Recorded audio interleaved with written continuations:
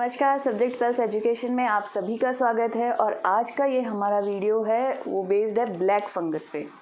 BBC की एक report के अनुसार भारत में अब तक 8,800 से भी ज़्यादा ब्लैक फंगस के केसेस सामने आ चुके हैं और ये आंकड़ा अब तो 11,000 भी क्रॉस कर चुका है।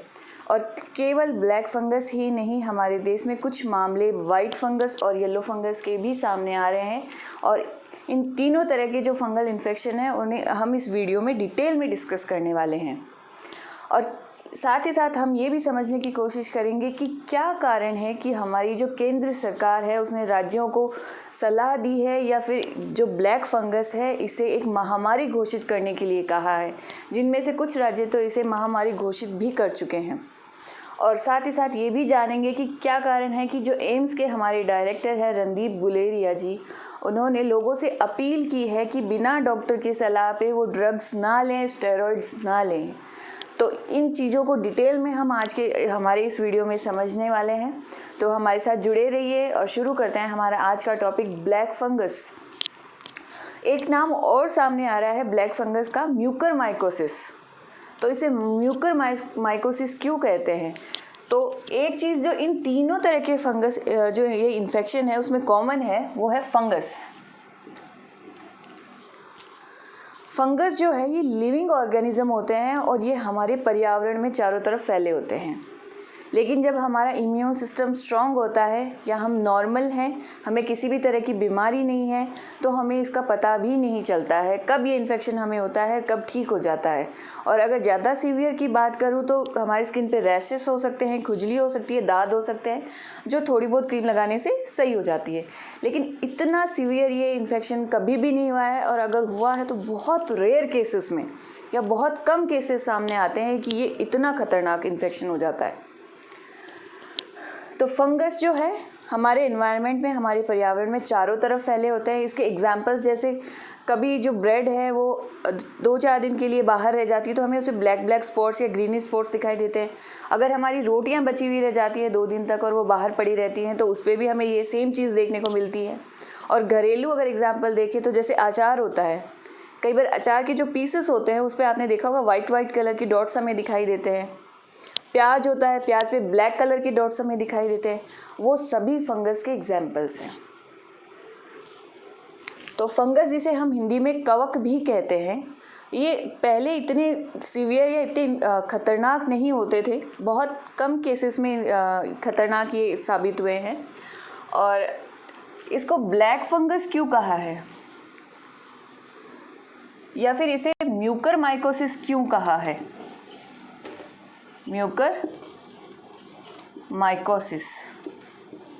क्योंकि ये जो ब्लैक फंगस है ये एक मोल्ड की वजह से होता है। मोल्ड बेसिकली इस फंगस का नाम है क्योंकि ये स्पेरिकल शेप में होता है और उसका नाम होता है म्यूकर। और माइकोसिस का मतलब होता है ऐसी बीमारी, ऐसा इन्फेक्शन जो फंगस की वजह से होता है, जो कवक की वजह से होता है, तो इसका नाम है म्यूकरमाइकोसिस।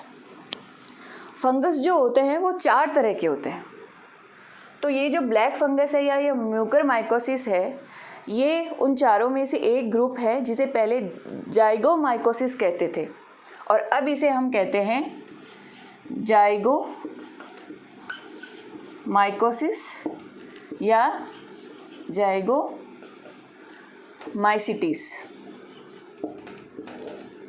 और क्योंकि ये इन्फेक्शन म्यूकर नाम के फंगस की वजह से होता है, इसे म्यूकरमाइकोसिस कहा गया है।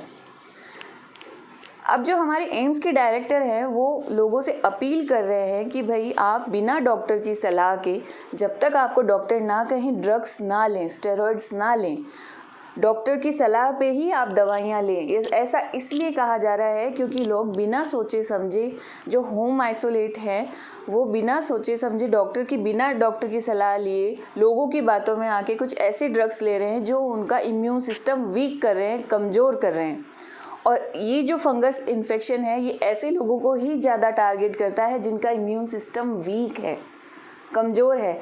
इसीलिए जितने भी कोरोना के पेशेंट रिकवर हुए हैं या फिर जो कोरोना के उस फेज से निकल रहे हैं, उन्हीं में ये फंगल इन्फेक्शन देखने को मिल रहा है ज़्यादा। एक कारण यही है क्योंकि कोरोना के जो पेशेंट हैं, जो सीवियर हैं, उनका इम्यून सिस्टम वीक हो गया है और वो स्टेरॉइड्स ले रहे हैं। और स्टेरॉइड कहीं ना कहीं हमारे इम्यून सिस्टम को कॉम्प्रोमाइज़ करता है, हमारी जो रोगों से लड़ने की शक्ति है उसे कम करता है। हम देखते हैं कि ऐसे कौन कौन से लोग हैं जो कि इसके रिस्क पे है या उन्हें ये इन्फेक्शन हो सकता है। तो सबसे पहला क्योंकि हम न्यूज़पेपर में भी देख रहे हैं या टीवी चैनल में भी जब न्यूज़ में देखते हैं तो कि वो जो लोग जिन्हें कोरोना हुआ है और बहुत ज़्यादा सीरियस हुआ है या फिर वो हॉस्पिटल में एडमिट हुए हैं, ऑक्सीजन सिलेंडर पे रहे हैं, उन्हें ये इन्फेक्शन सबसे ज़्यादा हुआ है। तो कोरोना के पेशेंट, सीरियस पेशेंट और प्लस वो पेशेंट जिन्हें स्टेरॉइड दिया गया है या फिर उनका डायबिटीज़ ज़्यादा है। तो कोरोना के ऐसे पेशेंट जो कि ऑक्सीजन सिलेंडर पे रहे हैं, प्लस उन्हें स्टेरॉइड दिया हुआ है, प्लस उन्हें डायबिटीज़ है या फिर उन्हें डायबिटीज़ होने की आशंका है, यानी उनका ब्लड ग्लूकोज लेवल ज़्यादा है। तो डायबिटिक जो हैं ऐसे पेशेंट, तो सबसे पहले हम समझते हैं कि कोरोना वाले जो मरीज़ हैं उन्हें ये इन्फेक्शन ज़्यादा क्यों हो रहा है। तो यहाँ से समझिए कि हमें इन्फेक्शन, कोरोना का इन्फेक्शन कब होता है, जब हम किसी इन्फेक्टेड पर्सन या इन्फेक्टेड चीज़ या ऐसी कोई चीज़ जिस पे कोरोना है या कोरोना हुए व्यक्ति ने उस चीज़ को छुआ है, हम उस चीज़ के संपर्क में आते हैं। सिंपल सी चीज़ ये समझिए कि अगर हम किसी कोरोना व्यक्ति के कांटेक्ट में आए और उस व्यक्ति ने छींका है तो हज़ारों की संख्या में उसके मुंह से ड्रॉपलेट निकलते हैं और एक ड्रॉप के अंदर लाखों में कोरोना वायरस होता है। तो आप सोचिए कि इन्फेक्शन होने के कितने ज़्यादा चांसेस है कोरोना से। तो मान लीजिए मैं किसी व्यक्ति के कांटेक्ट में आई हूँ और मुझे कोरोना का इन्फेक्शन हो गया है, तो कोरोना के रूट कौन कौन से या रास्ता कौन कौन सा है जिससे वो मेरे शरीर के अंदर जाएगा, वो है मेरा नाक, मेरा मुंह।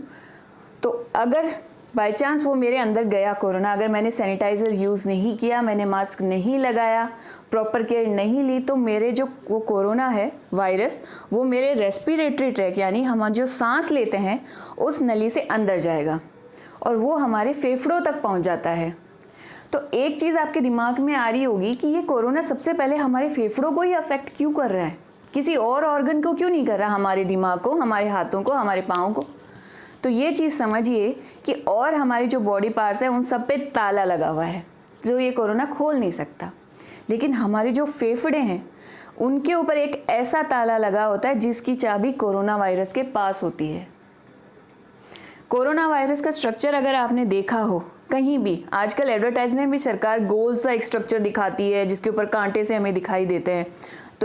तो कोरोना वायरस का स्ट्रक्चर क्या है, एक राउंड सर्कल होता है जिसके ऊपर यूं कांटे से हमें दिखाई देते हैं और इसके अंदर होता है उसका जेनेटिक मटेरियल। जैसे हमारा जेनेटिक मटेरियल डीएनए होता है, वैसे ही इस वायरस का भी जेनेटिक मटेरियल होता है जो इसे गाइड करता है कि इन्फेक्शन करो, बढ़ो, आगे निकलो।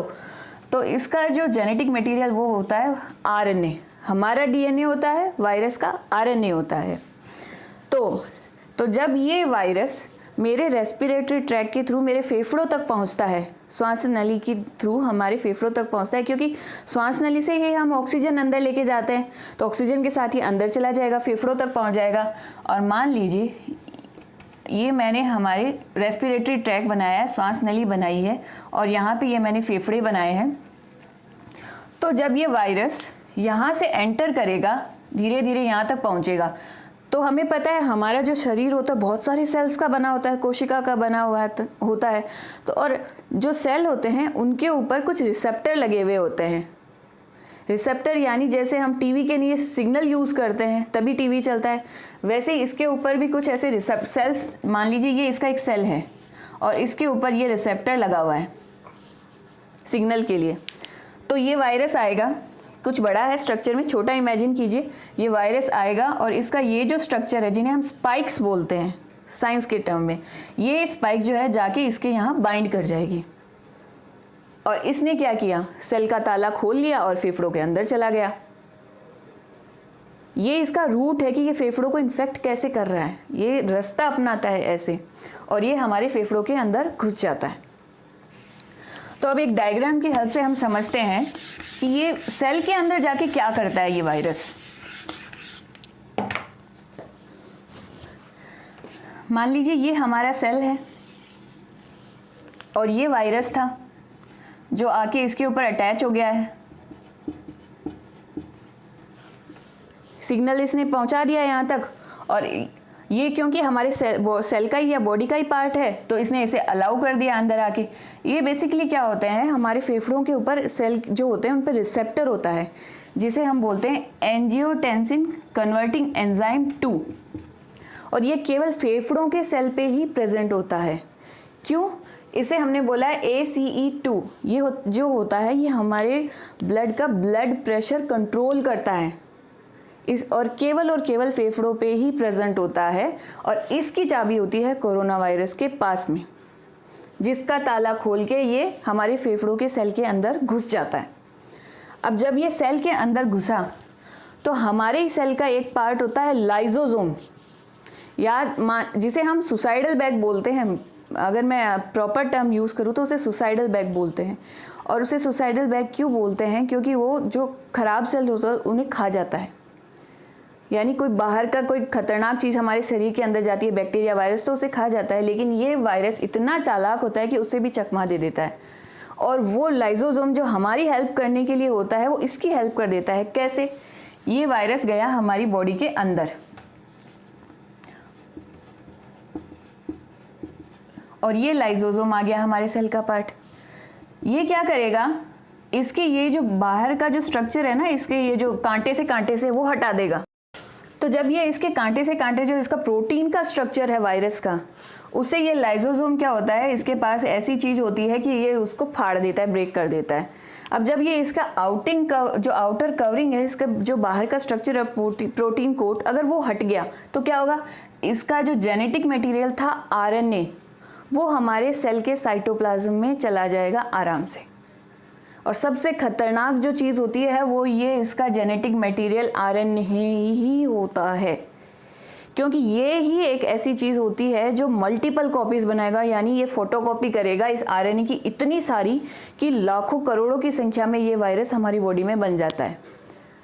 तो यहाँ पे ये रेप्लिकेट होगा। रेप्लिकेट यानी क्या होता है कि 1 से 2, 2 से 4, इतनी सारी इसकी कॉपीज़ बन जाएगी। और ये इतना एडवांस वायरस है कि या तो ये हमारे सेल की मशीनरी यूज़ करेगा, हमारी बॉडी की मशीनें यूज़ करेगा, और ये इसके खुद के पास भी ऐसी मशीनरी होती है कि अगर हमारी भी ना यूज़ करे तो खुद की यूज़ करके इतनी सारी कॉपीज़ बना लेगा, और ये प्रोटीन कोट भी बना लेगा अंदर जाके राइबोसोम की हेल्प से।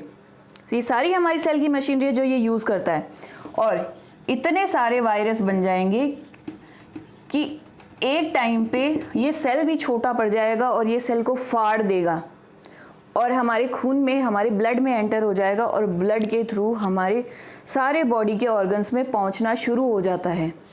लेकिन इस पूरे प्रोसेस में ये टाइम लेता है, 2 से 10 दिन का टाइम लेता है ये स्प्रेड होने के लिए। तो इस बीच अगर हमने डॉक्टर को कंसल्ट किया, प्रॉपर मेडिसिन ली, तो इस वायरस के स्प्रेड होने को हम रोक सकते हैं। तो अब आगे समझते हैं इसके बारे में। जब ये इसे सेल को फाड़ देगा, हमारे फेफड़ों में फैलने लग जाता है। जैसे अब CT वैल्यू देते हैं डॉक्टर के, आपकी जो लंग्स हैं उनके अंदर 2% इन्फेक्शन है, 30% इन्फेक्शन है। तो ये क्या करता है, धीरे धीरे लंग्स के, सबसे पहले तो लंग्स में पहुंचा है तो लंग्स के सेल्स को इन्फेक्ट करेगा, एक से दूसरे में, दूसरे से तीसरे में, फेफड़ों में फैलता जाता है। और अब जब ये वायरस एंटर किया है तो हमारी बॉडी भी रेस्पॉन्ड करेगी। जैसे हर देश के अंदर सेना होती है टेररिस्ट से उनकी रक्षा करने के लिए, वैसे ही हमारे शरीर के अंदर भी एक सेना होती है जिसे हम बोलते हैं इम्यून सिस्टम, पूरी की पूरी आर्मी, रोग प्रतिरोधक क्षमता जिसे हम हिंदी में कहते हैं।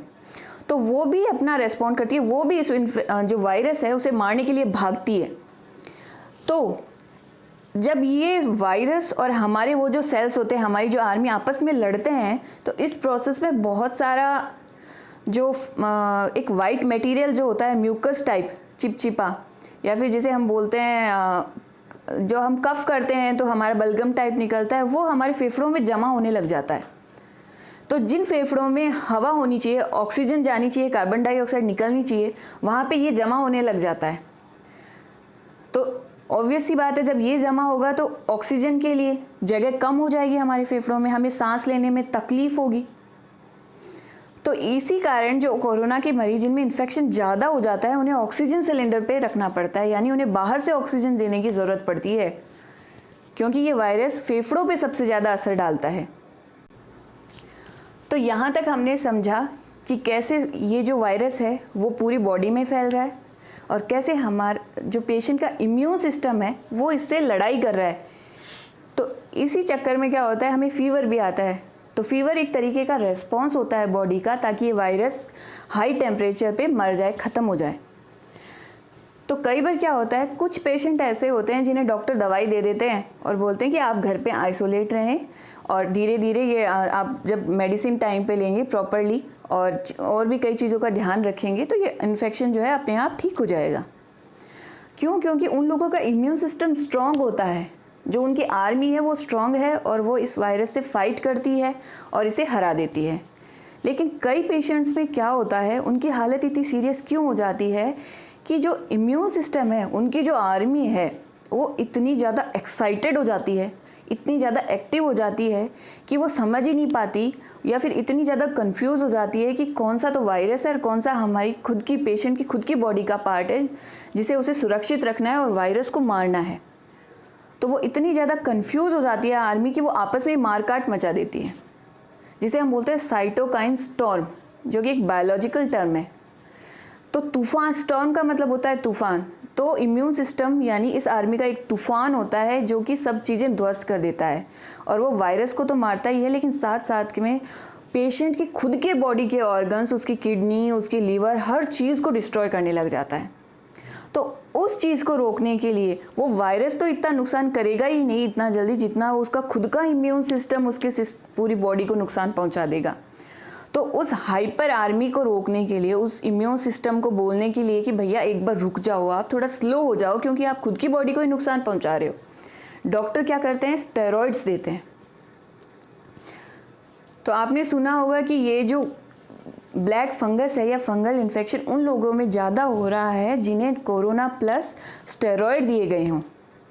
तो स्टेरॉइड का रोल क्या है? लोग सोचते हैं कि स्टेरॉइड जो होता है वो उन्हें इस वायरस से बचाता है, लेकिन ये जो स्टेरॉइड्स दिए जाते हैं ये उन लोग पेशेंट्स जो जिन्हें कोरोना है उनका इम्यून सिस्टम जो होता है उसको स्लो करता है, ताकि ये उनकी खुद की बॉडी को नुकसान ना पहुंचाए। तो ये स्टेरॉइड का रोल होता है।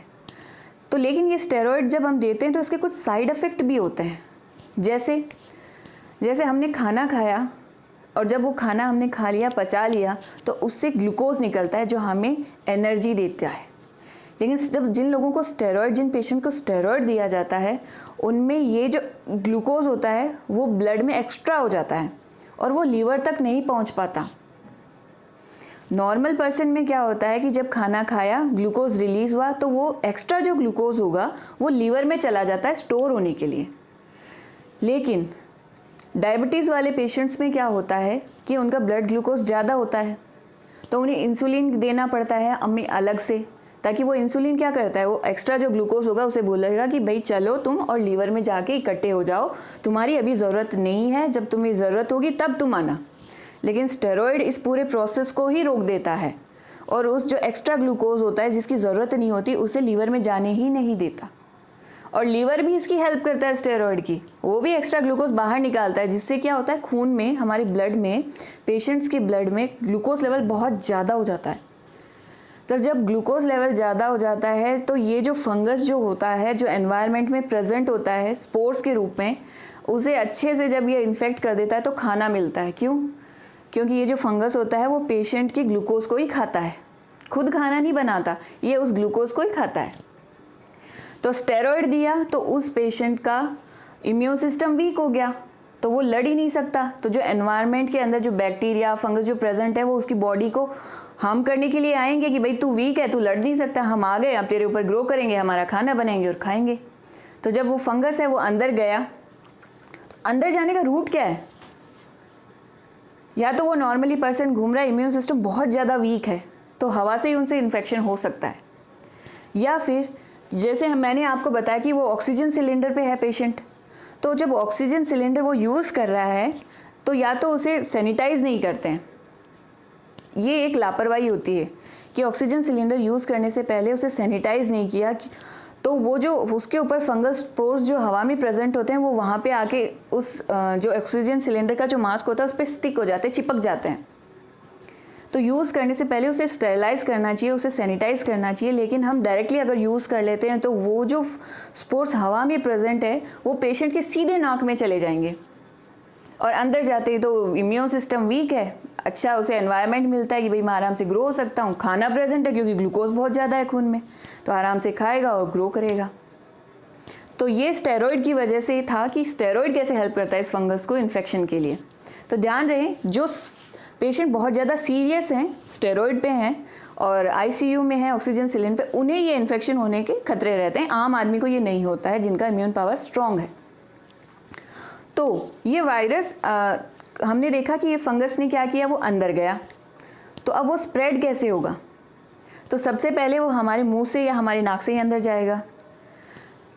तो ये इनिशियल साइन होता है जो अगर हमें पता करना है कि हमें या पेशेंट को इन्फेक्शन हो रहा है फंगस का, तो वो ध्यान दे कि उनका जो नाक है उसे जब वो साफ़ करेंगे तो उन्हें ब्राउन कलर का या हल्का भूरा या काले रंग का डिस्चार्ज दिखाई देगा, स्पॉट्स दिखाई देंगे, दाग से दिखाई देंगे। और अगर उसने वहाँ पे भी ध्यान नहीं दिया पेशेंट ने, तो जब वो खांसेगा या उसे उल्टी जैसा लगेगा तो उसमें खून भी आ सकता है। ये जो फंगस है ये इन्फेक्ट करता है हमारे नाक को, हमारी आइज़ को, हमारे यहाँ पे जो हमारा जबड़ा है हमारे, और हमारे यहाँ के साइनस का जो पार्ट है यहाँ पे, इस एरिया को वो मेनली सबसे पहले इन्फेक्ट करता है।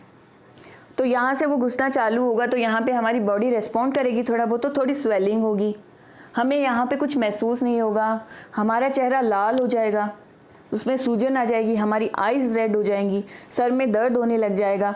और अगर इस स्टेज पे भी अगर पेशेंट ध्यान नहीं देता है तो वो हमारे दिमाग तक पहुंच जाता है, ब्रेन तक, और उसकी ग्रोथ इतनी ज़्यादा हो जाती है कि फिर उसे दवाई से हम ट्रीट कर ही नहीं सकते। तो इसीलिए जब इनिशियल सिम्टम ही हमें आए, पेशेंट को आते हैं, तो उसे डॉक्टर को कंसल्ट कर लेना चाहिए, बता देना चाहिए। और अगर फिर भी वो ध्यान नहीं दे पाते हैं तो फिर हमें सर्जन की ज़रूरत पड़ती है ऐसे स्टेज में उन पेशेंट को। और सर्जन क्या करता है, कुछ दवाई नहीं देता बल्कि उन हिस्सों को काट के अलग कर देता है जहाँ पे इस फंगस की ग्रोथ ज़्यादा होती है। और अगर फिर भी टाइमली अगर वो पेशेंट ध्यान नहीं देते हैं तो ये अल्टीमेटली उनकी डेथ तक जाके ये कंटेमिनेशन जो इन्फेक्शन होता है वो समाप्त होता है, उनकी मौत भी हो सकती है। तो ये जो ब्लैक फंगस है, वाइट फंगस है, येलो फंगस है, इन सब में कॉमन चीज़ क्या है कि ये उन्हीं पेशेंट को अफेक्ट करता है जिनका इम्यून सिस्टम वीक है। ये सिग्नल भी देता है कि मैंने आपको इन्फेक्ट कर दिया है, आप डॉक्टर को कंसल्ट कर लीजिए। अगर फिर भी लापरवाही बरती है, प्रॉपर चीज़ों का ध्यान नहीं रखा है, जैसे सैनिटाइजेशन टाइम टू टाइम, खुद की स्वच्छता का ध्यान रखें, आपके आसपास का जो एनवायरनमेंट है उसे स्वच्छ रखें, हाइजीनिक खाना खाएं, हाइजीन मेंटेन रखें, पर्सनल हाइजीन, डॉक्टर को कंसल्ट करें अगर कुछ भी डाउट होता है तो ये तो था कि भाई ऑक्सीजन सिलेंडर की कोरोना के जो पेशेंट्स होते हैं उन्हें क्यों होता है।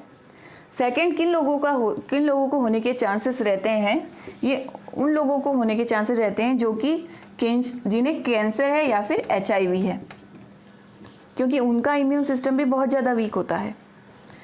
थर्ड, उन्हें होने का रहता है जिन्होंने अभी ट्रांसप्लांट करवाया